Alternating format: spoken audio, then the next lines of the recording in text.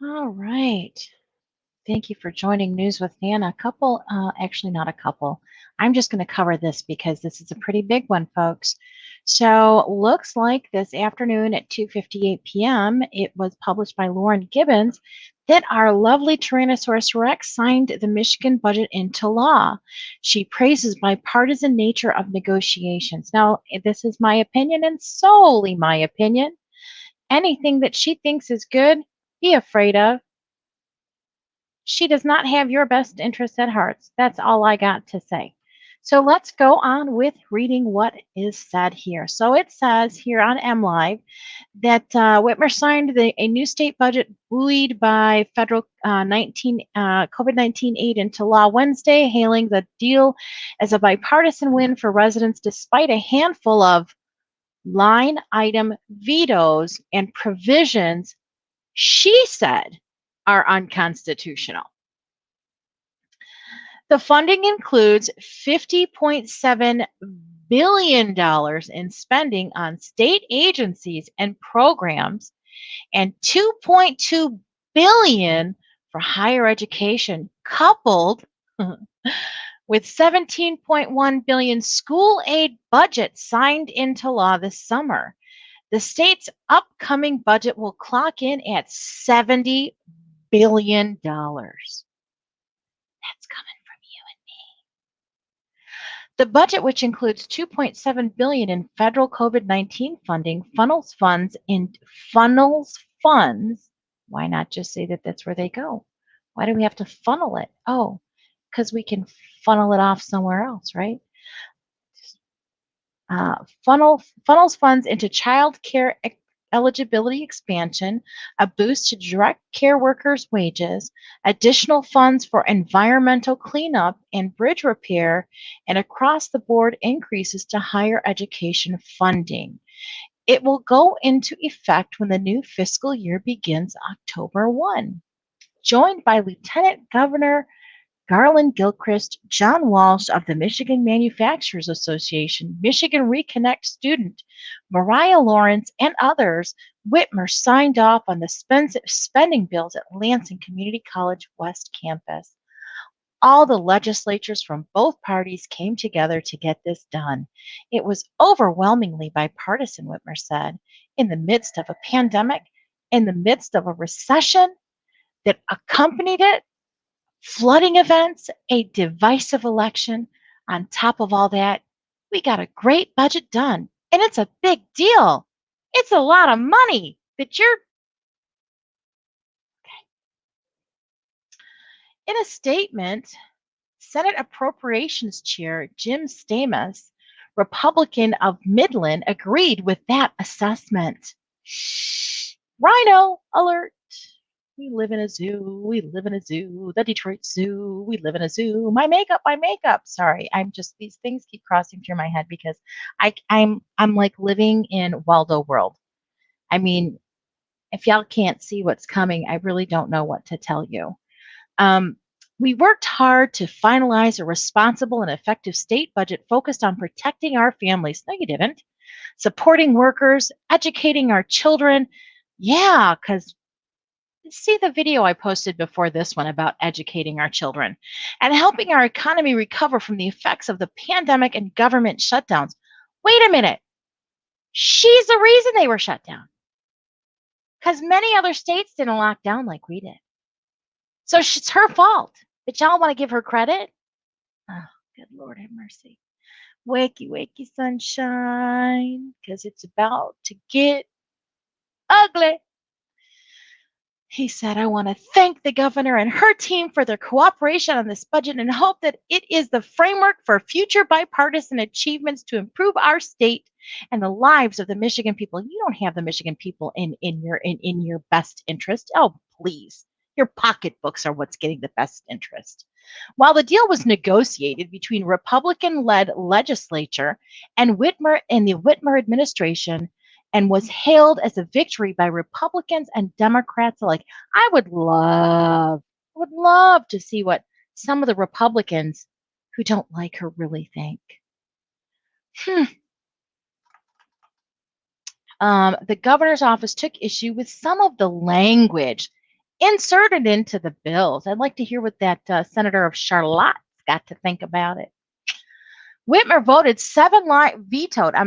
vetoed. Whitmer vetoed 7 line items totaling slightly more than $16 million in funding, all of which concern spending that either prohibits pregnancy service programs from providing referrals for abortion or would be allocated to programs aimed at steering pregnant people toward abortion alternatives.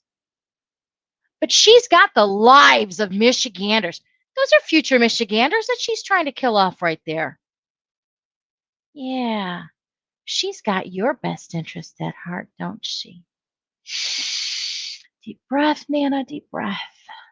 Those line item vetoes will include a $10 million appropriation to the Department of Health and Human Services for encouraging adoptions as an alternative to abortion, as well as $3 million for a maternal navigator program for referrals and pregnancy services in geographically diverse areas, $1.5 million for grants to pregnancy resource centers, and $50,000 tied to language prohibiting use of state dollars to fund elective abortion.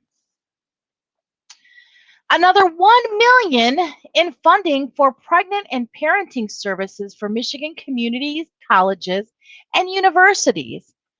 $500,000 apiece from the school aid fund and general fund that would prohibit programs from providing referrals for abortion services will also be stricken from the budget, as will $700,000 in federal funds for an alternative pregnancy and parenting services program promoting childbirth alternatives to abortion and grief counseling. Those will be stricken. Stricken. Whitmer said the line items as written would have utilized state funding to promote anti-choice political agenda. And as governor, she would stop efforts to undermine reproductive health care. Why are you in healthcare anyways? She's a prosecutor. What background does she have in healthcare? What does she know other than what the CDC tells her to puppet off? Please. Right to Life of Michigan, President Barbara Listing criticized the decision in a statement, calling the move just one more in the long series of actions by Whitmer that shows her extreme pro-abortion stance. Well, we knew that. She's yeah, okay. Pro-life Michiganders strive to help mothers in need with more than 150 pregnancy help centers and adoption agencies around the state, and these funds would have been crucial to continuing to help children and women. But wait a minute. She's doing this for our help, right? For your kids and your future well, not anymore, would have been future grandkids. She's got your best interest at heart. In addition to the line item vetoes, that wasn't enough. There's more. In addition to the line item vetoes, Whitmer also declared unenforceable provisions in the budget that would impact funding for local health departments issuing mask requirements or other covered COVID-19 policies, as well as language aimed at preventing universities and local and state governments from requiring vaccinations. Unenforceable. Overall, though, Whitmer said the bipartisan agreements reached in the budget were so much bigger than the disputes because she got what she wanted, right? She had to make the puppet master happy. Lawmakers and the Whitmer administration had previously agreed to $17.1 billion school aid budget for the coming fiscal year in July that aims to close the funding gap between the highest and lowest funded school districts, a goal the state has been working to accomplish since the passage of Proposal A in '94. That budget boosted funding for K-12 education by 10% compared to the current fiscal year and amounts to a $589 per pupil increase from the current year minimum amount. An agreement on funding for the rest of the state budget, on funding for the rest of the state budget took more time as officials grappled with how to best leverage additional revenues and federal COVID-19 aid. For prior months, prior to the K 12 budget passing, the administration and Republican lawmakers stalled on allocating billions of dollars in federal funds amid disagreements over the administration's pandemic policies. Yeah, there's a lot of issues with those pandemic policies. It's coming to seem like, you're not going away either. That bad penny just keeps coming back. Republicans and Democrats frequently clashed over whether the funding should be tied to additional limits on the administration's ability to issue COVID-19 orders. Although the stalemate ended in May after Whitmer and legislative leaders reached an agreement that resulted in looping the administration back into budget negotiations. So again, the prosecutor won. She got her way. Lawmakers in the administration still have billions of unspent money left on the table. Well, give it back to Michiganders. Give it back to them people working through the pandemic that didn't take your fucking unemployment shit. People who now, because of the recession, may lose jobs because of what she fucked up. Excuse me. I'm sorry, I'm getting angry again. Because again, for the second and third week in a row, my boosting employer who works with the Veterans Administration across the United States of America has asked that we staff off.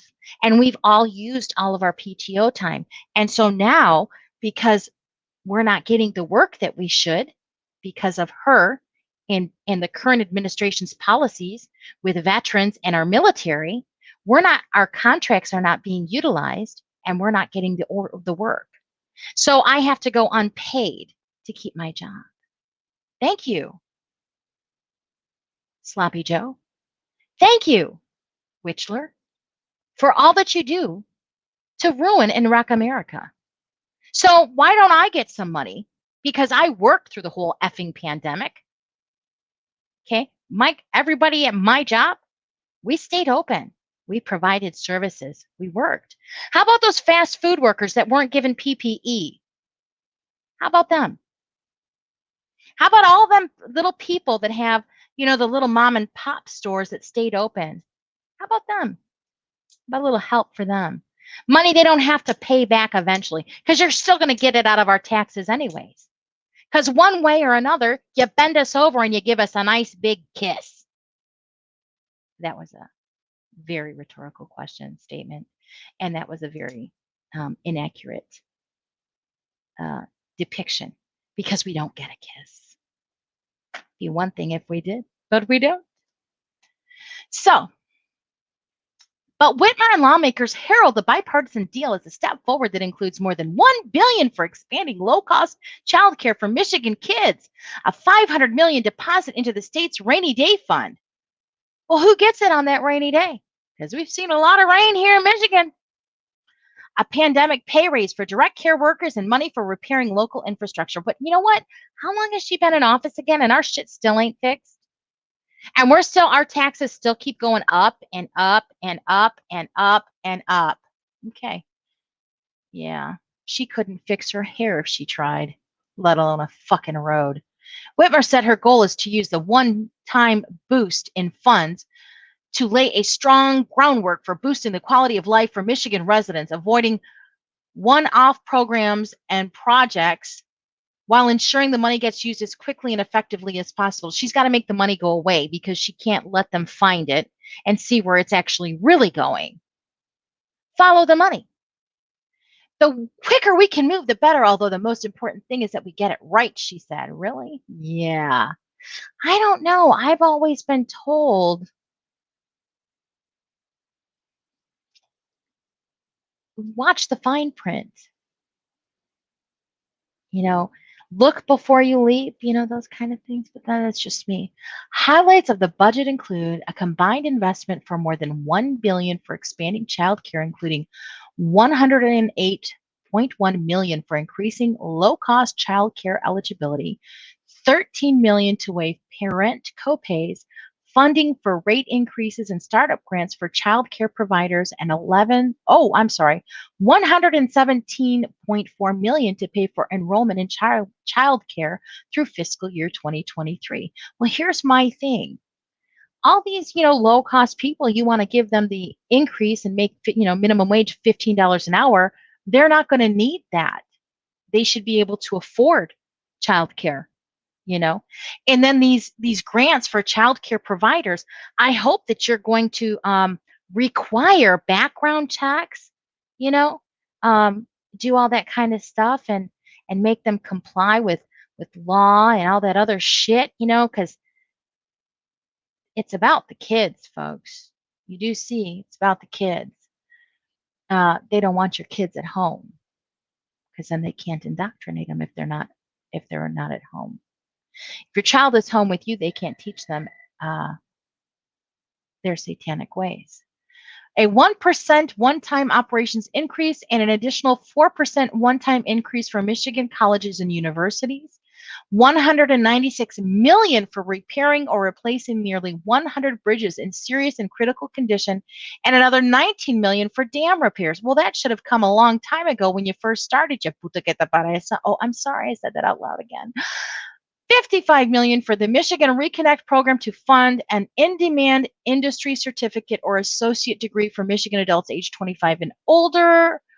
$25 million for the Futures for Frontliners scholarship program, paying for community college tuition for frontline workers. But the problem is, if you have to get the hokey pokey, they're not going to spend or waste their time. Maybe it's for all these imported foods that we're getting here in Michigan to get the clearance to take those classes. That's what I'm guessing. 460, boy, that was really off. I don't know what the hell I was reading. 460 million to make permanent a 2.35 per hours for direct care workers. If you make them, if you're going to, what they haven't realized is the people who have not gotten the Fauci ouchie, it does not matter how much you increase their pay. If you are going to force a mandate, they will quit. And they have, which is why Michigan is looking into Philippine nurses to come from abroad. But then they have to pay for their visas, which gets expensive. And that's, if I'm not mistaken, I believe that was Henry Ford. That was a few videos back. Go looky look. 3.8 million to expand use of body cameras, as well as 7.7 million for trooper recruit school, and 7.3 million for hiring and training new corrections officers. A 2% increase for statutory revenue sharing payments to local governments. 500 million deposit into state's rainy day fund, bringing the total to roughly $1.4 billion. Funding to prepare for drinking water emergencies, replacing lead service lines in Benton Harbor, and clean up PFAS and other contaminated sites around the states. Where is Flint in this budget? Flint still has no water. Have we forgotten about the residents of Flint? Why is that not a concern for her? We just want to pay them off and say, oh, be gone. We don't care about Flint. Yeah. So that would be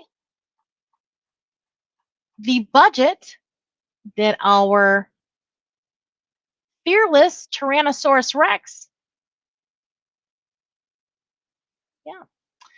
Detroit Free Press called it, Whitmer budget pieces nixing local mask orders are unconstitutional. Wow. She thinks she's smart. She really does, y'all. She grabbed that from the book. Yeah, nothing on mid-Michigan. Let's take a look over and, yep, here we go. Whitler signs new budget, says leaders found common ground. They did not find common ground. Whitmer lacked real opportunity to compete for Ford plants. Yeah, okay, whatever. Yeah, whatever. Okay. Anyways, I am done with this. So look into it. Like I said, follow the money, folks. You know what you're doing, but now you know. Have a good afternoon.